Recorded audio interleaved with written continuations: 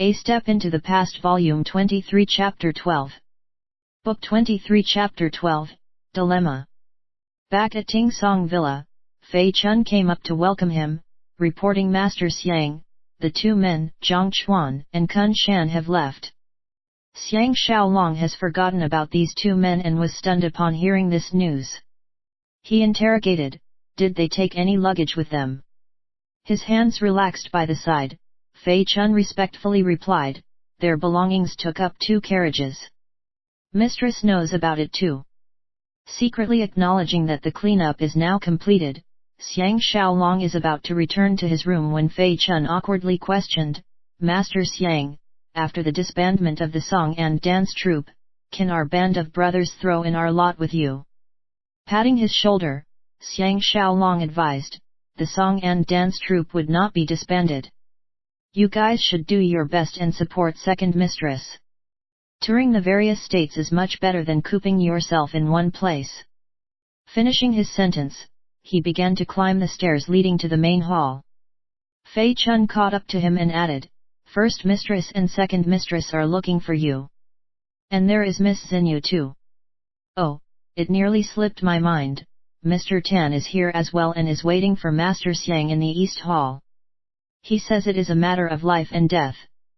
Although he is now more popular than before, Xiang Xiaolong is feeling more troublesome instead. He naturally went to look for Xiao Yuan first. Standing in front of the window, a dazed Xiao Yuan was staring at the garden scenery beyond the window with his arms akimbo. Until Xiang Xiaolong arrived at his back did he calmly divulge, Xiaolong, I have a piece of terrible news for you.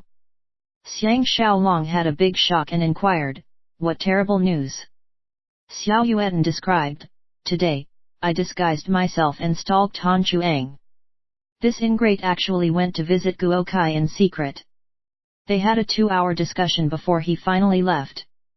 His heart swelling with a sour feeling, Xiang Xiaolong thought to himself, I do not offend others, yet others try to offend me. What more can I say? This fella is getting better and better. Even Lord Longyang has been deceived by him. He cannot be bothered and replied, it doesn't matter anymore. I will be leaving tonight. Lord Longyang has arranged everything for me. Turning his body around, Xiao Yuan used his hands and grabbed both of Xiang Xiaolong's shoulders. He seriously remarked, how do you expect to leave? Both the river and roads have been blockaded by heavy snow. Lord Longyang and Han Chuang are in it together. Both of them are after your life. He continued, the reason for my suspicion is because Lord Longyang came to visit Han Chuang. After a short discussion, Han Chuang then left to look for Guo Kai. What do you think they are up to? His face drained of color, Xiang Xiaolong stammered, what? Xiao Yuan sighed, Xiaolong, you are too trusting with your friends. You must understand that when the interests of the country and the glory or shame, life or death of their entire clan is concerned, every strand of relationship will be cast aside. To the people of the 3 states, Han Zhaowei, the 3 words Xiang Xiaolong is equivalent to their soul reaper. Only with your demise can they put their mind at ease. Xiang Xiaolong can feel his head turning numb. If he does not leave, he would have to face Cao's godly swordplay and handle other annoying issues. He decided, I will leave by myself. Xiao Yuan disagreed, your arm injury has yet to recover fully. Leaving now is too dangerous. Pausing, he continued, I heard Cao has issued a challenge to you. Are you leaving and forsaking the duel? Xiang Xiaolong bitterly laughed, what else can I do? Elder brother is well informed indeed. Xiao Yuan warned, it is not that I am well informed but there is someone intentionally spreading this news, announcing this to the whole city and making it difficult for you to avoid this battle. Did you ever think that if you had really slipped away, it would be significantly detrimental to yourself? Lu Bue will definitely make a big hoo-ha over this matter and damage your revered status among the Qin military. Xiang Xiaolong was taken aback. You are asking me to fight Cao despite knowing that I will surely get killed. Xiao Yuan reasoned, based on your current disposition, you will lose without a doubt. But since he personally issued the challenge, he must have regarded you as a worthy adversary. Xiang Xiaolong bitterly smiled. It could be Lu Bue who ordered Han Ji to invite him to issue this challenge to me. Xiao Yuan dismissed. You are saying this because you do not understand Cao Quidao. There is no one in this world who can influence him. With a passion for sword fighting, he toured the land since he was young, looking for challengers to better himself. After the age of 25, he has yet to taste defeat and ultimately gained the admirable title of Sword Saint. Xiang Xiaolong was amazed, and you are still asking me to fight him? Xiao Yuan officially articulated, I am just being realistic. The population of Qin values the glory of its military and swordsmen. You can afford to lose, but you cannot afford to run away from the duel.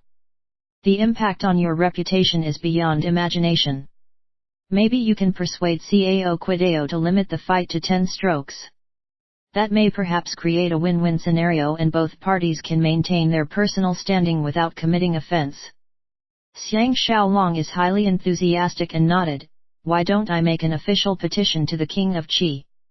Of course I will be tactful about it and mention stuff like not wanting anybody to be hurt, etc. After a moment's contemplation, Xiao Yuan suggested, why don't we write directly to Cao Quidao? Since this old fella is unable to overcome you the last time, it must surely bug him and he may approve of this condition. Moreover, if nobody else knows about this arrangement and you manage to successfully deflect 10 strokes from him, everyone would have the impression that you are evenly matched with old Cao. This will enhance your reputation significantly without any side effects. Xiang Xiaolong secretly thought that Cao Quidao may have studied and understood his saber moves and it will not be a repeat of their first encounter when he could only defend without attacking. He dejectedly mused, these 10 moves are not easy to defend against. Regardless of speed, strength, or skill, I am inferior to him. Grabbing Xiang Xiaolong's shoulders and violently shaking him once, Xiao Yuan fiercely painted, Xiang Xiaolong. Look at me. This is either make or break. If you persist in thinking that you will lose this duel, you can never return to Xianyang and see your wives and son.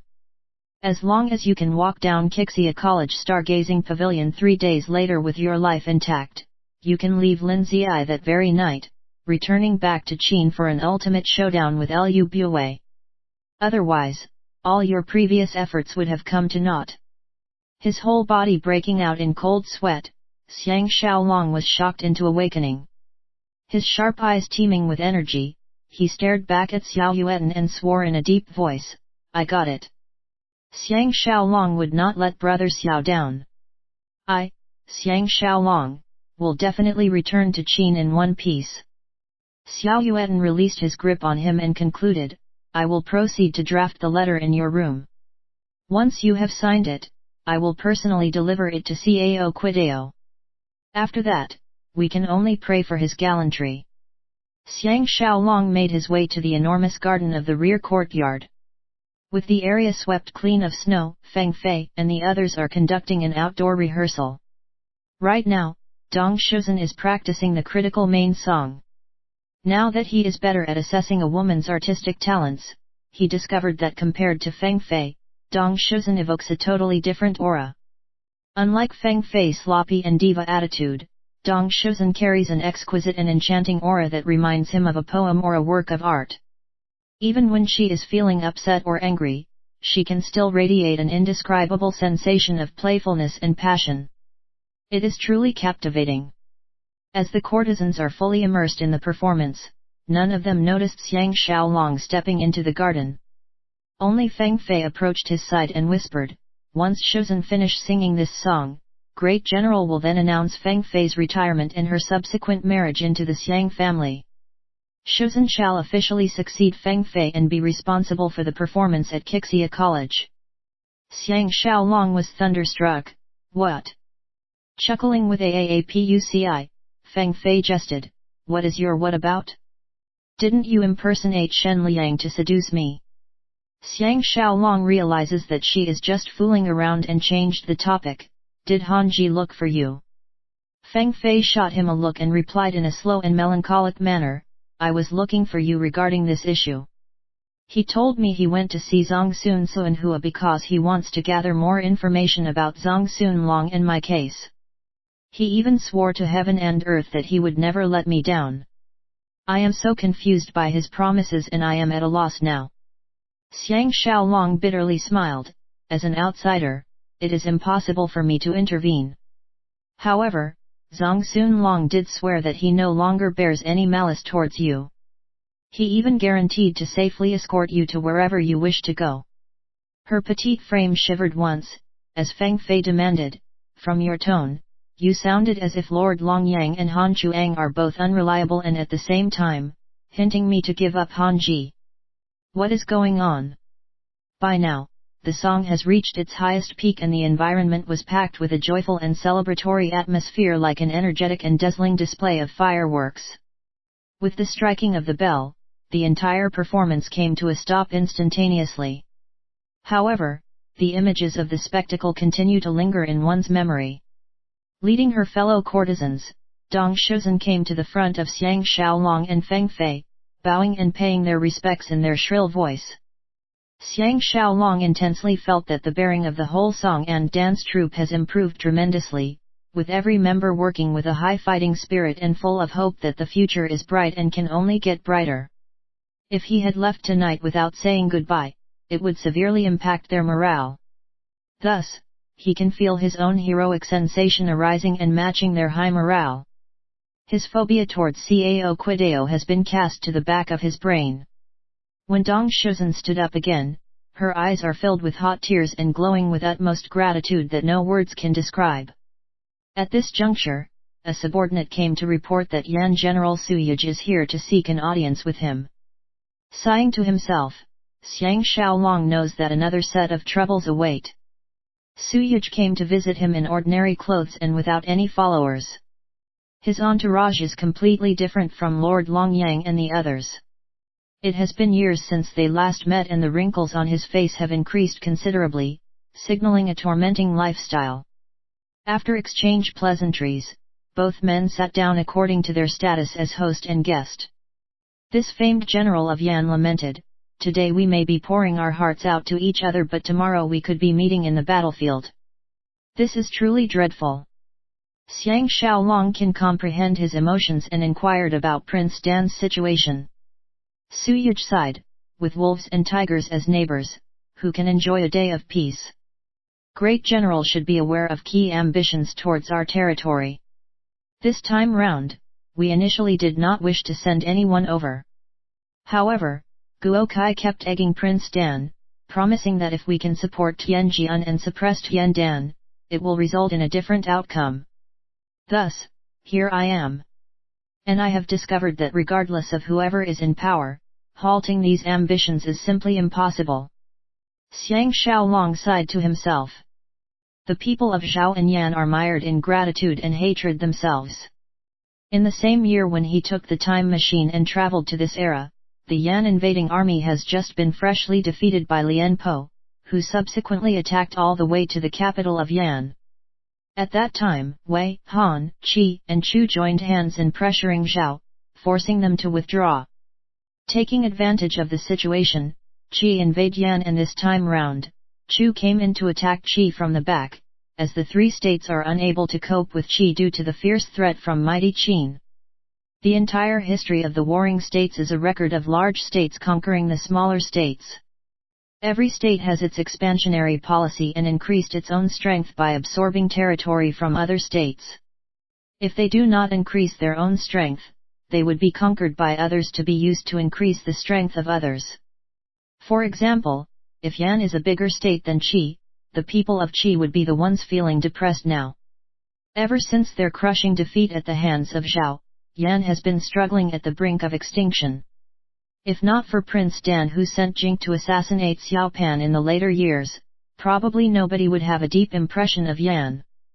Suyaj added, Prince Dan is currently based at Wuyang.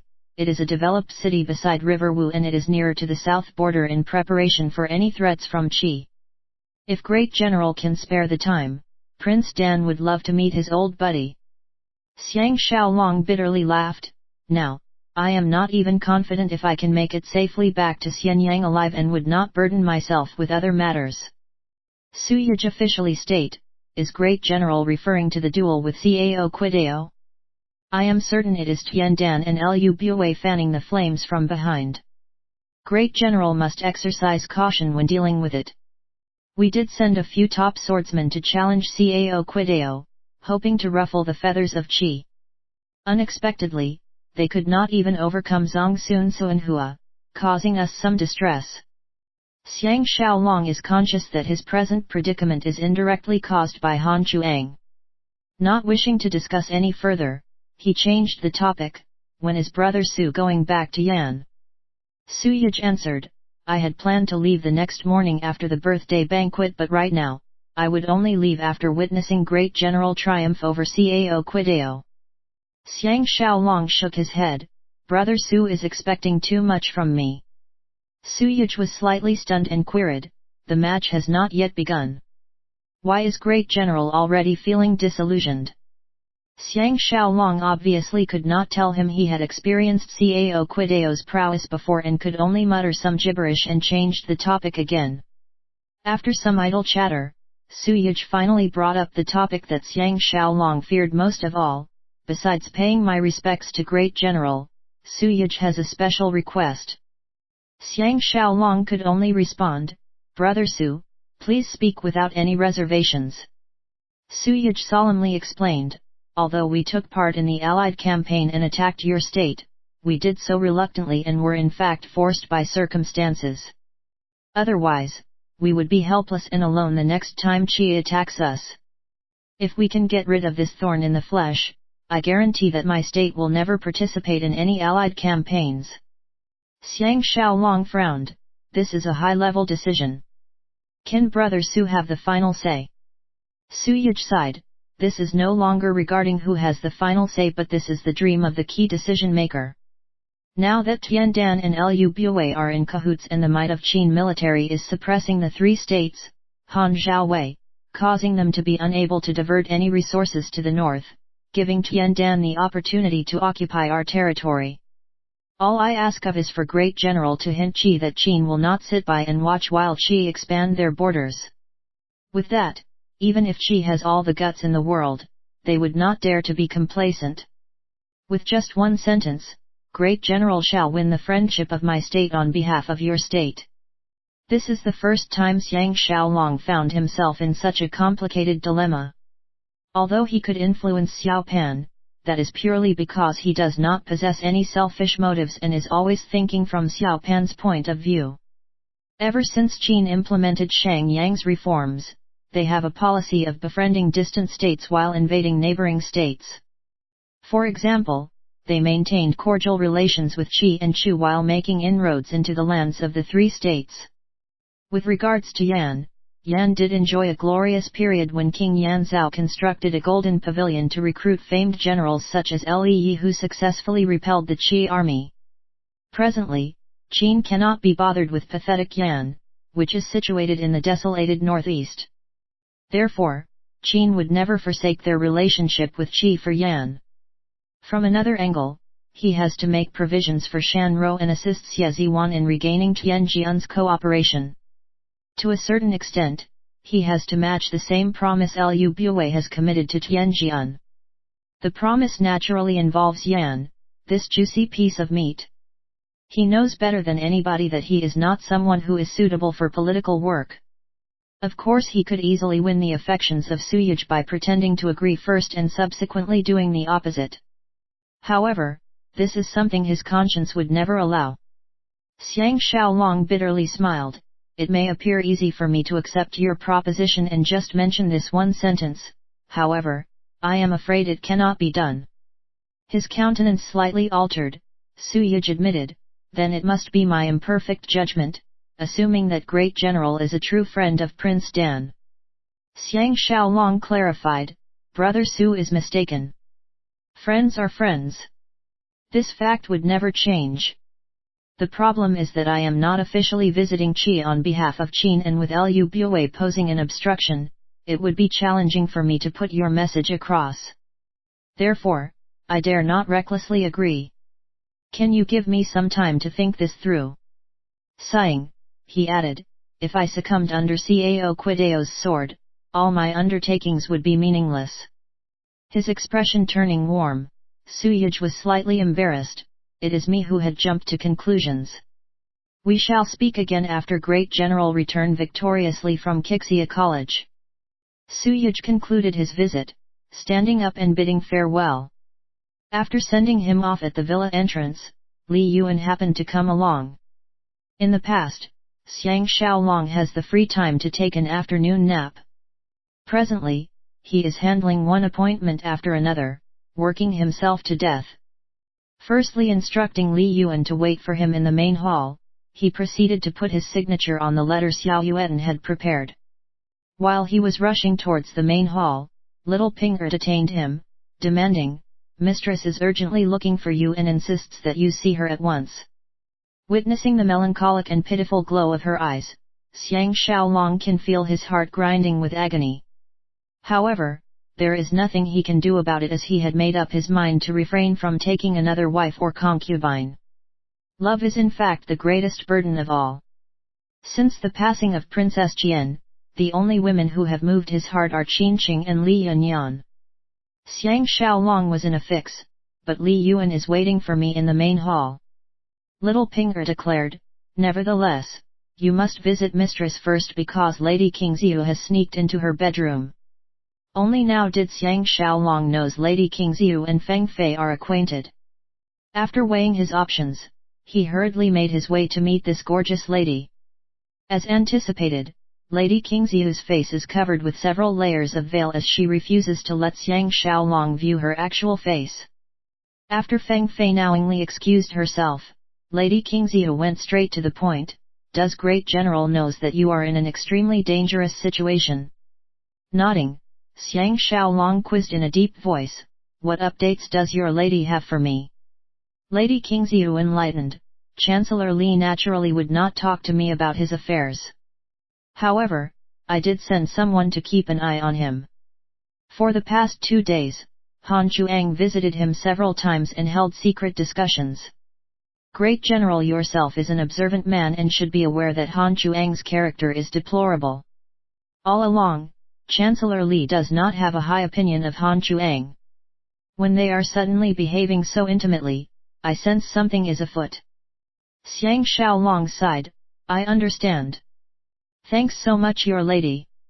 I am extremely grateful." Lady Qingxiu simply state, "I am doing this for Yanyan, otherwise she would certainly blame me. We are just ordinary women and in our eyes, Great General has done Chancellor Li a huge favor and Chancellor Li would be at fault if he repays your favor with evil. We do not care about other details. I dare not hold Great General back from your official work anymore. Great General, please help yourself." Xiang Xiaolong is used to her icy demeanor, seemingly putting an enormous chasm between her and everybody else. He paid his respects and bade farewell before heading to meet Li Yuan. Sitting alone in the main hall, Li Yuan was sipping his tea in silence. Wearing a look of anguish, it may be due to the fact that he is betraying Xiang Xiaolong, causing his mind to be turbulent. Settling down by his side, Xiang Xiaolong can feel his anger rising. He coldly hissed, "I shall have to trouble Brother Li to inform your best friend that I have decided not to leave tonight."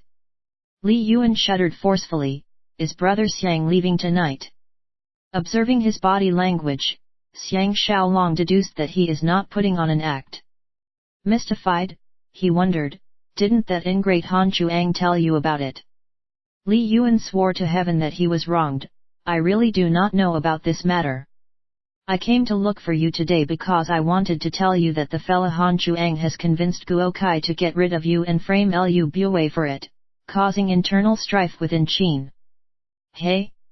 Are you assuming that I am in the same league as him? If I really stoop so low, can I, Li Yuan, be considered a human being? Yanyan will hate me for life." His thoughts jumbling up, Xiang Xiaolong can no longer discern who is a friend or foe. He disputed, "Why didn't you visit me over the past 2 days? If I had tried to leave tonight, wouldn't I be falling into Han Chuang's and Guo Kai's trap? Li Yuan was guilt-ridden. Han Chuang did approach me consistently over the past few days. I did intend to stay out their affairs, but eventually, I could not answer to my conscience anymore. Xiaolong, please do not blame me. It is little brother who is lacking in willpower. Xiang Xiaolong sighed. Did it ever cross your minds that as long as I am alive and confining Lu Bue in a power tussle, it would be unlikely for Qin to attack your states with its full potential? I am certain all of you can imagine what would be the alternative if I am not around. He could not help but recall Xiao Pan's identity crisis again. This event would cause both him and Xiao Pan to be at a severe disadvantage. Even if Lord Chongping and the others continue to express their support for Xiao Pan, he would have lost the legal and moral right to rule.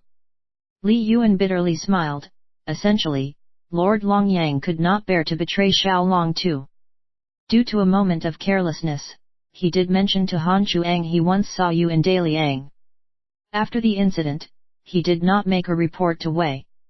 Thus, he was blackmailed by Han Chuang into cooperating with him because this information could lead to the annihilation of his clan. His affections towards you is deeper than any one of us, and he is naturally experiencing the most agony. Brother Xiang should understand what I meant. Xiang Xiaolong was incensed. This fella Han Chuang has gone overboard. On the surface, he is spouting all kinds of friendship and integrity quotes. No wonder he has a special fear of me. His conscience is overpowered by guilt. Since he could feel pangs of guilt, that means his personality is not completely evil. Li Yuan bitterly smiled. I cannot imagine that Brother Xiang is still in the mood to joke. Han Chuang is indeed exceedingly troubled. Part of the reason behind his actions is due to pressure from Guo Kai. The loophole is that someone from Han Chuang's entourage is a spy of Guo Kai, causing this information to be leaked out. Currently, Han cannot afford to offend Zhao, and Han Chuang himself is terrified of Han Jing. If she lodges a complaint against him to the king of Han, he would be in hot soup. His anger faintly subsiding, Xiang Xiaolong chuckled. If I had knew about this earlier, I should have killed Guo Kai when I had the chance. It will save me from facing all these problems. Li Yuan reminded, even if it was somebody else, there would be no difference because in order to survive, men have been known to use all forms of despicable methods. However, this is simply against my conscience. In my opinion, even without your intervention, Han Chuang would terminate his scheme to escort you out of Linzai tonight. Using Cao Quideo's sword to get rid of you is surely better than getting his own hands dirty. From this sentence, Xiang Xiaolong is confident that Li Yuan did not participate in this scheme, otherwise, he would be aware that Lord Longyang was the one escorting him away.